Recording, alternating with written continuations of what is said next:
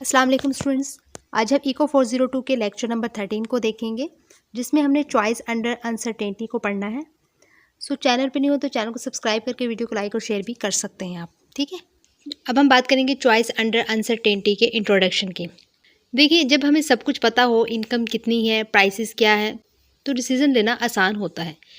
लेकिन real life में अक्सर ऐसा नहीं होता, क्योंकि इनकम अनसर्टेन होती है, प्राइसेस चेंज होते रहते हैं, फ्यूचर का पता नहीं होता। इस सिचुएशन को हम क्या कहते हैं? चॉइस अंडर अनसर्टेनिटी कहते हैं।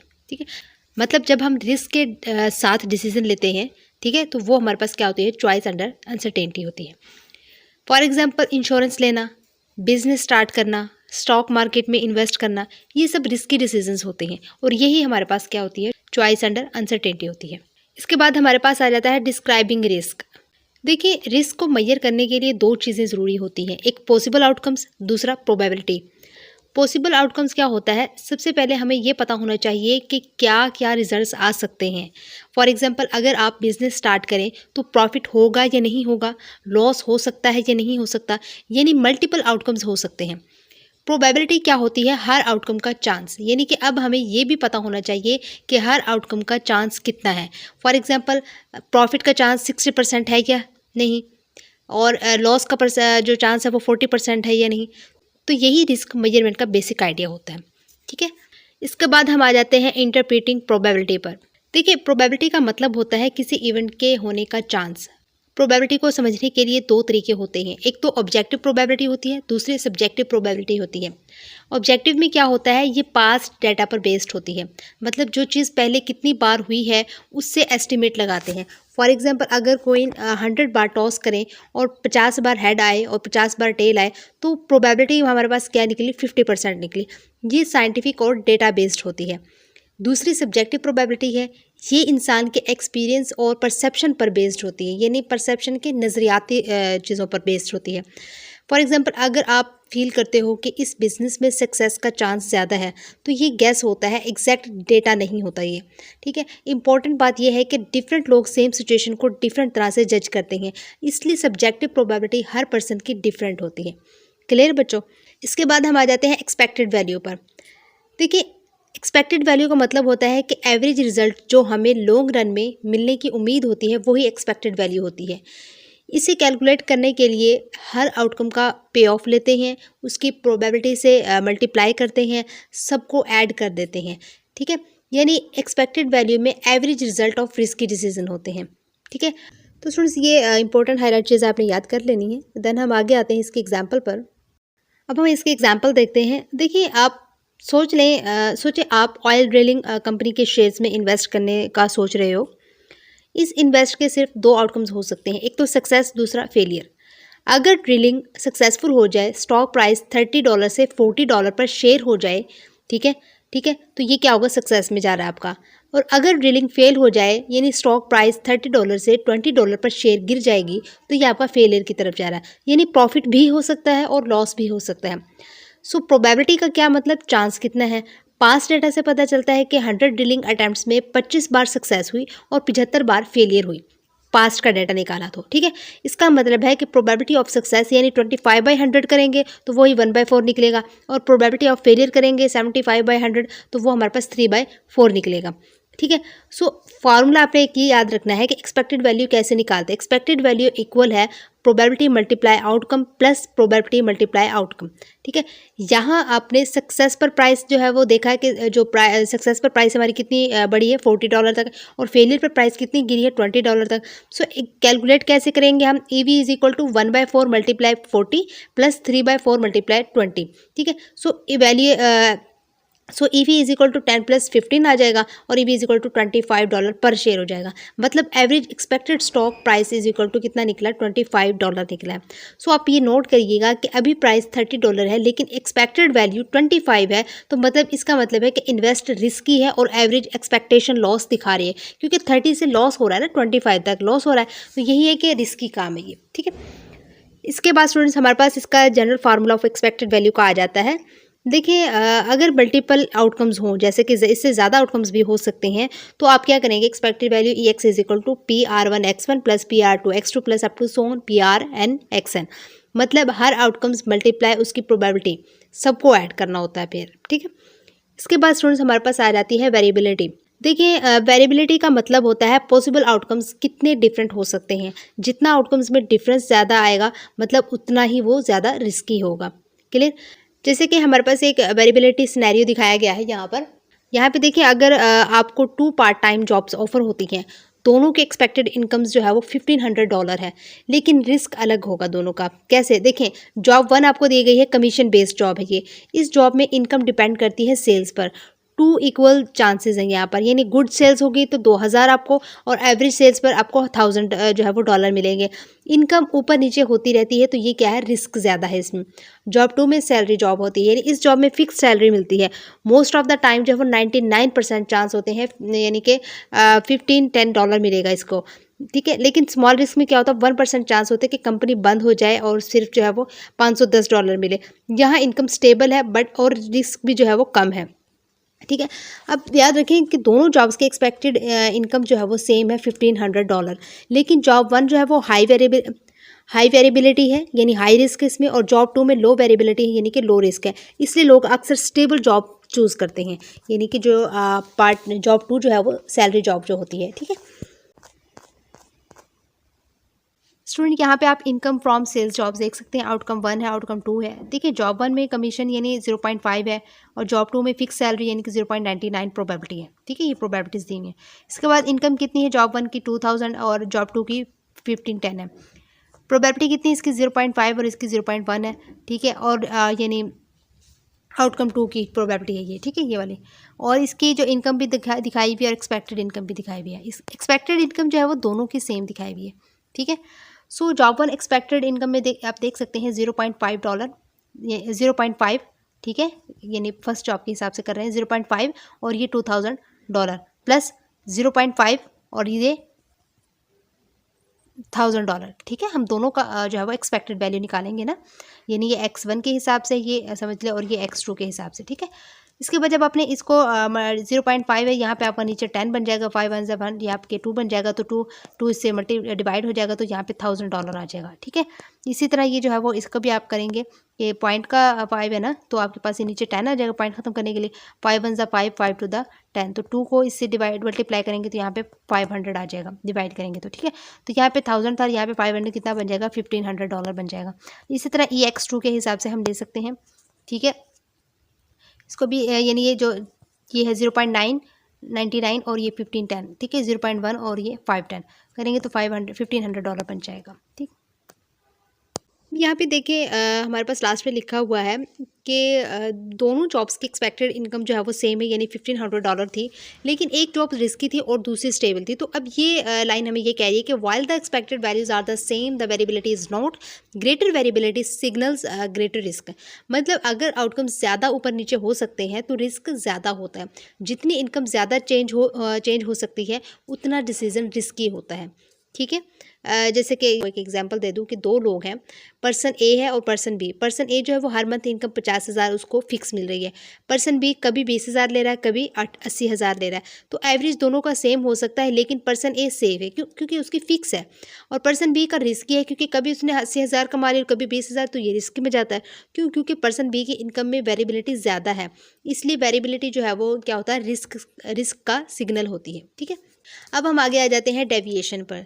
देखिए डेविएशन का मतलब होता है एक्सपेक्टेड पे ऑफ माइनस एक्चुअल पे ऑफ का डिफरेंस, यानी जो हम एक्सपेक्ट करते हैं और जो असल में मिलता है उनका डिफरेंस क्या कहलाता है, डेविएशन कहलाता है।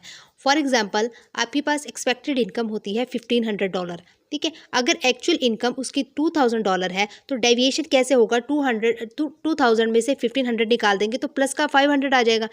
अगर एक्चुअल इनकम 1000 हो तो हम क्या करेंगे, डेविएशन में 1000 माइनस 1500 कर देंगे, तो यहाँ पे हमारे पास माइनस का 500 आ जाएगा। मतलब डेविएशन बताता है कि रिजल्ट एक्सपेक्टेशन से कितना दूर गया है, ठीक है।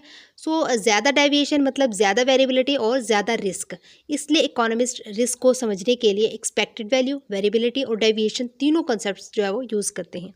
और ये लाइन भी जो है वो आपकी इंपॉर्टेंट है, सो याद रखिएगा, सेम एक्सपेक्टेड वैल्यू जो है वो does not equal to same risk की होती है, ठीक है। ज़्यादा वेरिएबिलिटी यानी ज़्यादा रिस्क, और डेविएशन मीन एक्सपेक्टेड और एक्चुअल का डिफरेंस। क्लियर। अब हम आ जाते हैं एडजस्टिंग फॉर नेगेटिव नंबर्स पर। देखिए स्टूडेंट्स, अभी हमने पीछे चीज़ें पढ़ी थी डेविएशन, ठीक है। डेविएशन का मतलब था expected value minus actual value. लेकिन एक प्रॉब्लम होती है कि डेविएशन कभी जो है वो हमारे पास पॉजिटिव होता है और कभी नेगेटिव में आ जाता है उसका आंसर, ठीक है। अगर हम इन सब डेविएशंस को डायरेक्ट ऐड करें तो पॉजिटिव और नेगेटिव नंबर्स कैंसिल हो जाते हैं और रिजल्ट क्या हो जाएगा, गलत आ जाएगा। इस प्रॉब्लम को सोल्व करने के लिए इकोनॉमिस्ट एक स्पेशल मेथड यूज़ करते हैं, ठीक है। वो कौन सा करते हैं, स्क्वायर यूज़ करते हैं यहाँ पर। देखिए नेगेटिव नंबर से बचने के लिए हर डेविएशन का स्क्वायर लिया जाता है।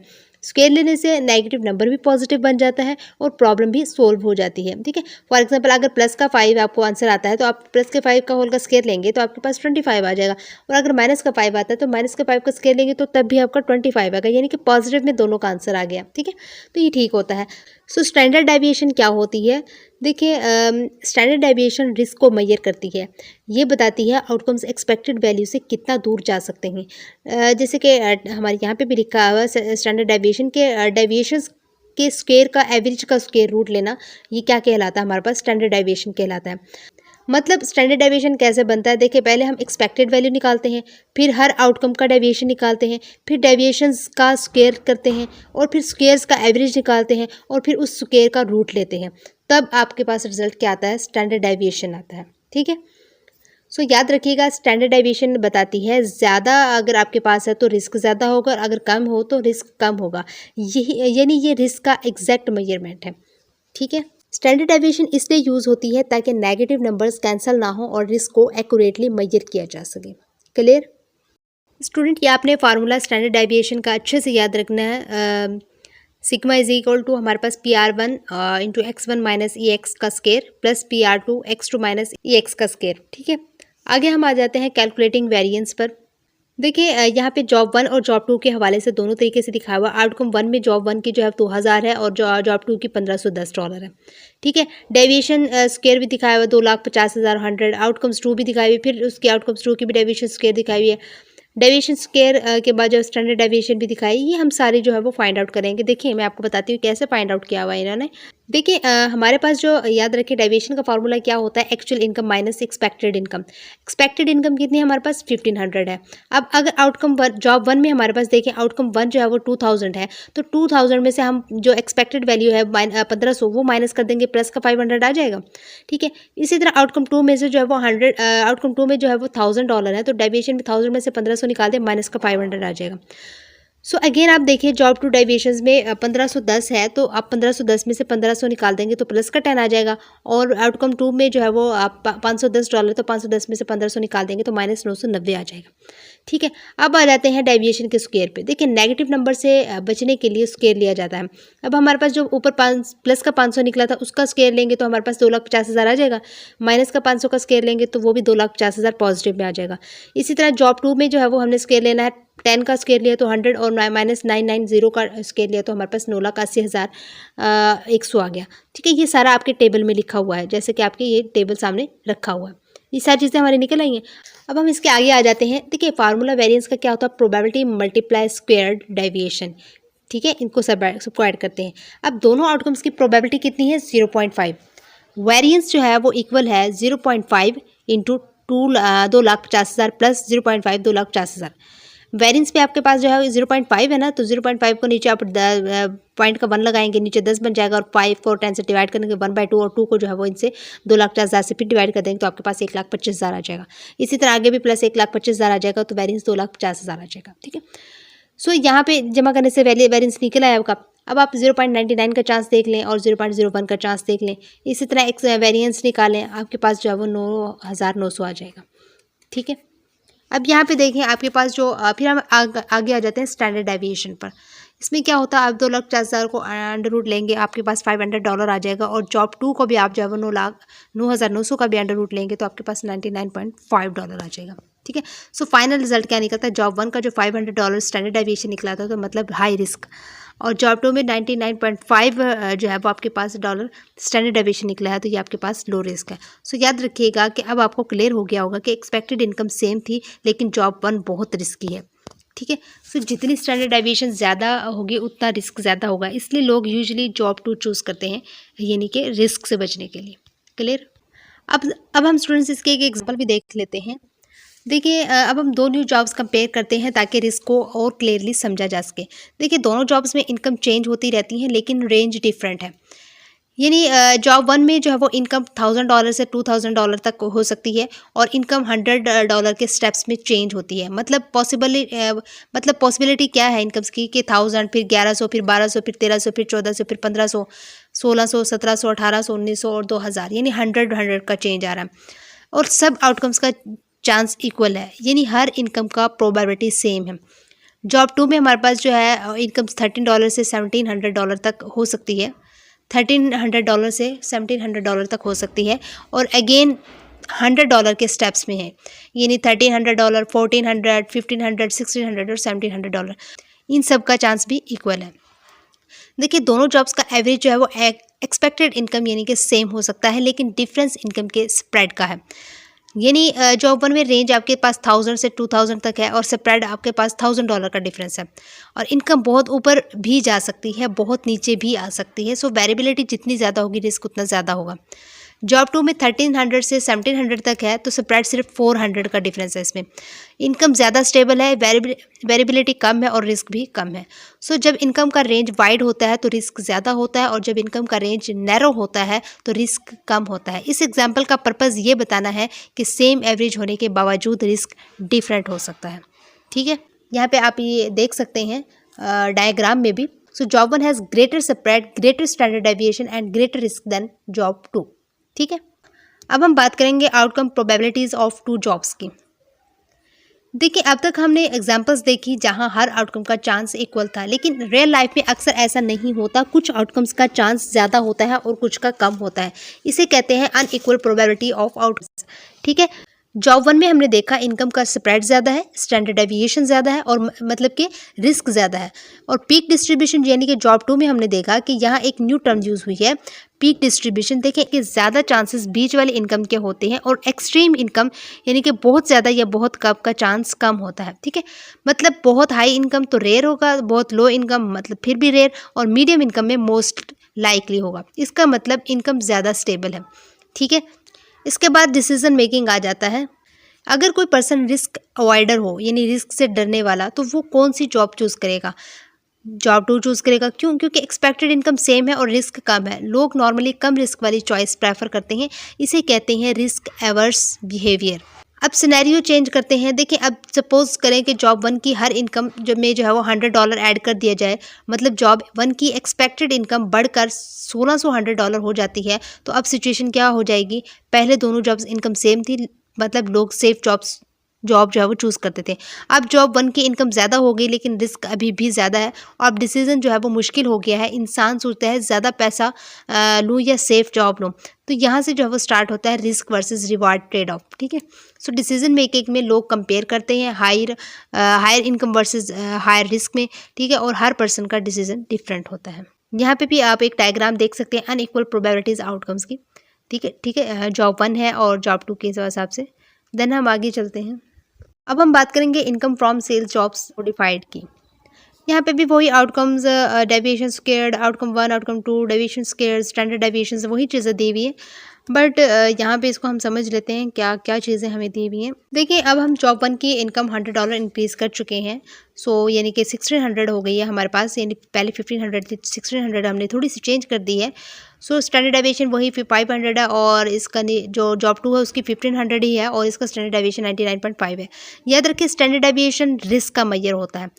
अब सवाल ये है कि कौन सी जॉब चूज़ करें, जॉब 1 करें या जॉब 2। जॉब 1 जो है वो ज़्यादा इनकम लेकिन ज़्यादा रिस्क है, जॉब 2 में कम इनकम लेकिन सेफ है।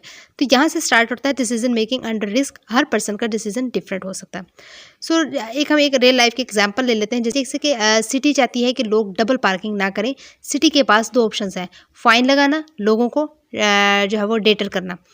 यानी सिटी कुछ अजम्पशंस करती हैं कि रोंग पार्किंग से ड्राइवर का $5 का बेनिफिट होता है, टाइम सेव होता है पार्किंग ढूंढने से, ड्राइवर रिस्क न्यूट्रल है, मतलब सिर्फ एवरेज कॉस्ट देखता है ड्राइवर। पुलिस को जो है वो पकड़ने का कॉस्ट कितना है? 0 है। सो फाइन कितना होना चाहिए? अगर फाइन $5.01 हो जाए तो ड्राइवर का बेनिफिट कितना होगा? $5 और फाइन जो है वो $5.01। सो नेट बेनिफिट कितना हुआ? -0.01, मतलब लॉस हो गया, ड्राइवर पार्किंग नहीं करेगा। इसी को कहते हैं डिटरेंस। ठीक है, सो इन्फोर्समेंट कॉस्ट का स्मार्ट आइडिया भी यहाँ पे देखते हैं कि सिटी चाहती है पुलिस कम यूज़ करे और फिर भी जो है वो लोग डरें, यानी इसलिए प्रोबेबिलिटी और फाइन को मिक्स करती है। सिनेरियो जैसे कि $50 है तो पकड़े जाने का चांस 0.1 यानी कि 10% होगा, और एक्सपेक्टेड पेनल्टी कितनी होगी, यानी कि $50 50 मल्टीप्लाई 0.1 इज इक्वल टू $5। ठीक है। सो सिनेरियो 2 में भी इसी तरह है। ये खैर इतना याद करने वाली चीज़ें नहीं है। देखिए लास्ट लाइन इसकी इंपॉर्टेंट है, जितना ड्राइवर रिस्क एवरेज होगा उतना छोटा फाइन भी कम करेगा, क्योंकि रिस्क से डरने वाले लोग छोटी प्रोबेबिलिटी से भी डर जाते हैं। ठीक है। सो यहाँ पे जो याद करने वाली चीज़ है थोड़ी बहुत है क्विज़ के हवाले से, अदरवाइज़ इतना इंपॉर्टेंट नहीं है। ठीक है। तो स्टूडेंट्स यहाँ पे आपका लेक्चर नंबर 13 भी कंप्लीट हो जाता है। इंशाल्लाह मिलते हैं नेक्स्ट लेक्चर में। इजाज़त दीजिएगा। Thank you so much and अल्लाह हाफिज़।